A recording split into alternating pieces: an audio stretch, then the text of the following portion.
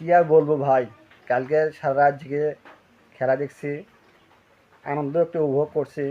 আবার বেশি করে কষ্ট পাইছি এই কারণে যে আর্জেন্টিনার যে সাপোর্টাররা তারা যে দল নিয়ে অনেক গর্ববোধ করছিল যে আর্জেন্টিনা যা কাপ নেয়নি আমার পক্ষে ভালো হয়েছে এই কারণে। কারণ আর্জেন্টিনার যে সমর্থকেরা যে ওরা কী যে শুরু করছিল, এই বাংলাদেশটা খুব ভয়ানক শুরু করছিল। যাক আল্লাহ এটার থেকে রক্ষা করছে।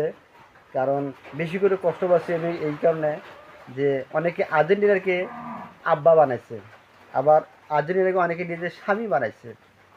এই কুলাঙ্কারের বাচ্চারাদের কী অবস্থা হবে এখন, যে আর্জেন্টিনা চলে গেছে, তারা কাপ নিতে কখনো পারে নাই। আমি এটা নিয়ে খুব দুঃখ প্রকাশ করতেছি।